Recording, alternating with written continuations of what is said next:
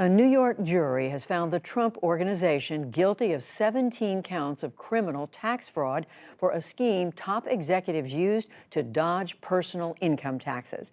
As John Yang reports, the verdict comes as a separate investigation into the former president's illegitimate attempts to remain in power appears to be entering a new phase.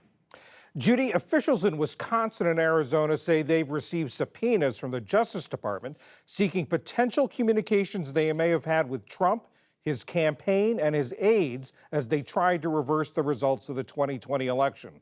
The subpoenas that are part of the investigation headed by special counsel Jack Smith were first reported by the Washington Post, which said Michigan officials were also subpoenaed. And in another development today, the chairman of the House committee investigating the January 6th attack on the Capitol said the panel will make criminal referrals to the Justice Department based on its findings. Investigative journalist and author Andrea Bernstein is part of the ProPublica team covering democracy. She's also been covering the Trump Organization trial for NPR. Andrea, today's guilty verdict in that trial, what was it exactly that the Trump Organization was accused of doing? The two corporate entities, two Trump corporate entities, were charged with and tried for scheme to defraud, conspiracy, and falsifying business records for essentially engaging in a long-running scheme whereby top executives would be compensated with things like luxury apartments, Mercedes-Benzes, electronics, furniture, private school tuition, all of which they did not declare on their personal taxes and which allowed them and the company to save money. And what the jury found is that the Trump Corporation and the Trump Payroll Corporation were criminally liable, putting us in this novel situation where someone who was president, who wants to be president again, has his company convicted of crimes. Is former President Trump involved at all? Is he affected at all by this personally? So he is not personally charged. Of course, his company is his eponymous company. It could suffer some kinds of business consequences, but I think it's more a sort of atmospheric or psychic consequence for the former president, that here is somebody who has claimed he's done nothing wrong, who still claims he has done nothing wrong, whose company was found guilty by a Manhattan jury of 17 counts of cheating the government that he headed, including while he was the head of it. Atmospheric or sort of consequences, but it also comes on a day when we learned about some concrete actions by the Justice Department. What's the significance of these subpoenas from the special counsel?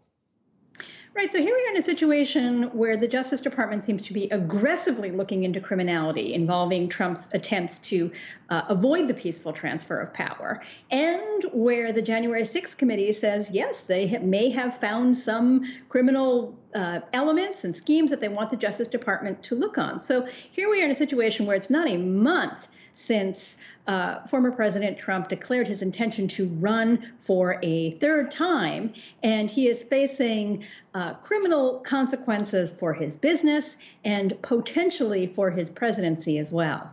There was some speculation when Jack Smith was named special counsel that this would delay the investigation, that it would take him time to get up to speed, but he seems to be acting fairly quickly. Yeah, I mean, you know, the Justice Department did say that he would take over and continue with the existing investigation, and that does seem to be happening. I mean, I think what the sort of overall picture is today is here is a former president whose company has been convicted of a crime, who is facing more charges, potentially personally, from the Justice Department of the government that he once headed. That is an extraordinary and unprecedented situation in American history. And the chairman of the January 6th committee said they haven't quite decided on the details of what the referrals will be. But what's the range of possibilities? What might they be referring to the Justice Department? Well, they referred several times during their hearings to a finding by a federal court judge that the president was more likely than not, the president at the time, Trump, to have violated various statutes in regards to his attempt to hold on to power when it was clear that he had no further recourse. And They've said that over and over again. Chairman Benny Thompson has said it. Vice Chairperson of the committee, Liz Cheney, has said it. So clearly that is at the top of the mind, but we won't know until we see their report, which will be coming out sometime later this month, and until they made a final decision on whether to refer it. Now, of course, the Justice Department has its own investigation and can look at their materials, so it may not have a big effect, but again, it's sort of a sense of a accumulation of these charges of fraud all around that Trump is now facing. Andrea Bernstein, thank you very much. Thank you.